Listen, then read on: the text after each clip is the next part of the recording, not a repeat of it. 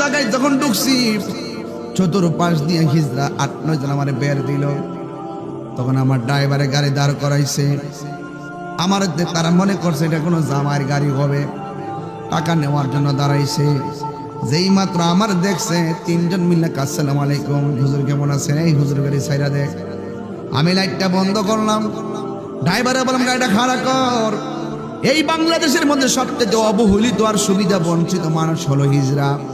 আমার পকেট থেকে কিছু হাদিয়া খুললাম, দেওয়ার পরে যে এরা কত খুশি হয়েছে আমি বুঝাইতে পারতাম না। এই জন্য মাননীয় প্রধানমন্ত্রীকে বলবো, হিজড়া তারা নিজের ইচ্ছায় হিজড়া না, এটা আল্লাহ এদেরকে বানাইছেন। আল্লাহ যাকে যেমনে চাইছে পছন্দ করছে এমনে বানাইছে। এই জন্য আল্লাহর সৃষ্টির প্রতি সবাইকে ভালোবাসা রাখতে হবে, শ্রদ্ধা রাখতে হবে। লাকাদ খালাকনাল ইনসানা ফি আহসানি তাকওয়িম। এই জন্য মানুষকে আল্লাহ রাব্বুল আলামিন অবয়ব সুন্দর নমুনায় বানাইছে। এই জন্য আমার যুবক ভাইরা অনুরোধ করে বলে দিয়ে যায়, হিজড়া দেখলে অবজ্ঞা করবেন না। বিয়া কি মাসে 5টা করবেন নাকি মিয়া? বিয়া করলে জীবনে একটা করবেন। হিজড়া ধরছে 2000 টাকা দিয়ে কিপটামি করেন কেন? 10,000 টাকা দিয়ে বিদায় করেন। কথা কোন ঠিক না বেডে?